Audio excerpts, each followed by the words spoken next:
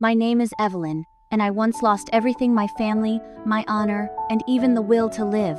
But fate, in its strange, bittersweet mercy, offered me a second chance. A chance to make things right, to rewrite the story of my life from the ashes of betrayal. And this time, I swear whoever wronged me will pay dearly. I was born and raised in Millstone, a sleepy little village tucked away behind thick forests and gentle meadows. It was the kind of place where time moved slower, where cicadas hummed all summer, and where people knew each other's names for generations. Some might have called it boring. But to me, Millstone was home. It was everything. I was raised by my grandmother, Rose. She took me in when I was just a baby, after my parents disappeared from my life without a trace. We never talked about them at first, because I was too young, and later because the silence became easier than the pain. She was my rock, my entire world. We didn't have much. Her wooden cottage creaked with age, and the wallpaper peeled like old skin, but there was warmth in every corner. Real warmth. I remember curling up beside the fireplace in her hand-sewn quilts, listening to her gentle voice as she read fairy tales from faded books. I remember the smell of her apple pie wafting through the kitchen, and the sound of her humming lullabies whenever storms kept me awake. That small house held every memory I treasured. And then Grace came, and everything began to crumble. She arrived like a whisper, gentle, graceful, otherworldly. Sent from the city as part of a youth outreach program, she instantly captured the hearts of everyone in Millstone. She was beautiful in the kind of fragile, cinematic way that made people want to protect her. Within a week, she was volunteering at the school, tending to old Mrs. Tanner's overgrown garden, donating books to the dusty village library. Everyone adored her. They called her an angel, but I saw something different. Behind her soft-spoken words and ever-present smile was a calculating look agleam in her eyes that sent chills down my spine. Then came the summer tragedy. Jack, the only son of a notorious crime boss in the neighboring town, was found dead face down in the lake that bordered our village. The whole town froze. They said it was an accident, a fall, maybe a misstep on the dock. But Grace, she told another story. She cried, trembling, as she spun her tale, that I, Evelyn, had argued with Jack, that I pushed him, full of rage, and watched him drown without remorse. She claimed to have seen it all but had been too late to stop me. Her voice broke as she spoke, her hands shook, her tears flowed like holy water, and the village drank it up. No one questioned her. Not for a second. They didn't ask where I was. They didn't listen when I said I wasn't there. Their hearts were already full of sorrow for the girl with the angelic face and the trembling voice. And just like that, I became the villain in my own home. Evelyn killed someone, they whispered. She murdered Jack. I saw it in their eyes: fear, disgust, betrayal. Doors closed in my face. Friends turned their backs. Children crossed the street when they saw me coming. Adults muttered under their breath as I passed. No one remembered the girl who used to tutor their kids, bake for the church fair, or help carry groceries. I was now the monster who had taken a life. Grandma Rose tried to protect me. She stood tall, her hands trembling as she defended my name in the town square, her voice cracking as she asked for proof, for reason. But the weight of the rumors broke her. People pointed fingers not just at me, but at her, accusing her of raising a murderer, of turning a blind eye. The woman who had given her life to this village was now spat on in the marketplace. The night she died, I held her hand. Her fingers were cold and thin, like brittle leaves. She looked at me with eyes that had once been fierce, now dimmed with exhaustion. And she whispered, so soft I could barely hear it, "Evelyn, I believe you." Then she slipped away. After that, there was nothing, no anchor, no light, just a pit in my chest where my heart used to be, and inside it, a fire, a seething, cold fire. I remember running through the woods that night, blinded by rage and tears, but I wasn't alone. 3 men in black masks were waiting thugs, sent by Jack's father. They grabbed me, dragged me into the dirt, beat me until the world went dark.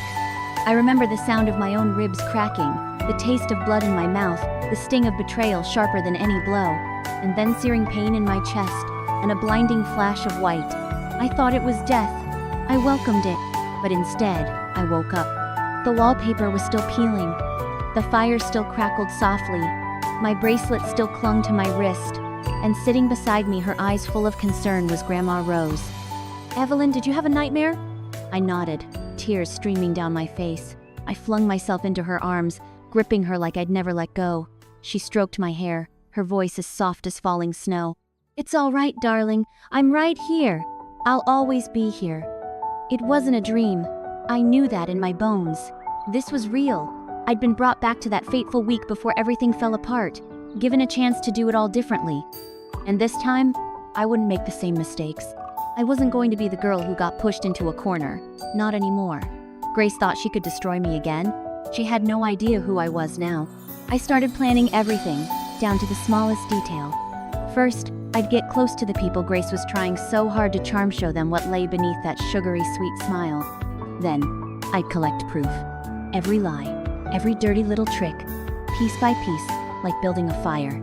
And when the moment was right, when there was nowhere left for her to run, I'd strike the match and watch it all burn. Day by day, I watched her. Quietly, closely, every fake smile, every sugary word laced with poison, every slithering gesture meant to win someone over. I saw it all. Her eyes never truly smiled. There was always something cold behind them, something calculating, and I never forgot it. Then, it happened. The moment I'd been waiting for. I caught her. She was in my room, her back turned, rifling through my things. Her hand gripped a small metal tin, the one with my initials scratched into the side, ink smudged on top from years of use. She hadn't noticed me standing in the doorway yet. I waited. 1 beat, 2. Then I stepped forward, loud enough for her to hear me, and gasped. She froze.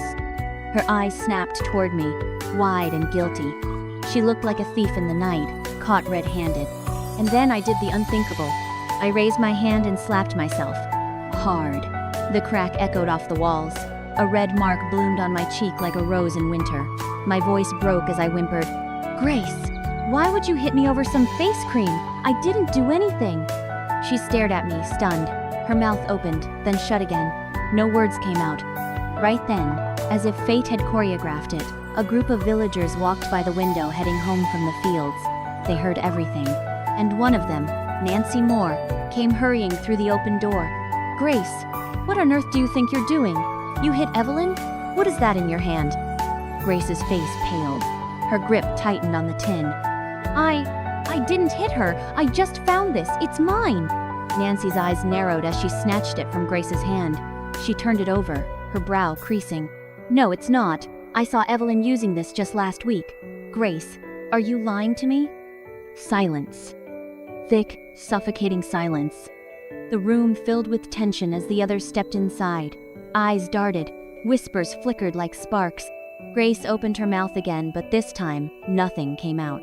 She was trapped. I saw it then, that flicker of doubt in their eyes.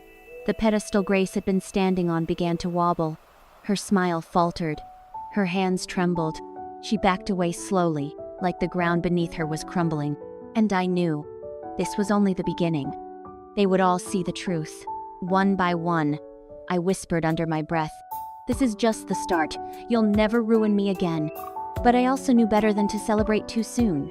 Grace was more than a liar. She was a master manipulator, dangerous, and possibly backed by something darker.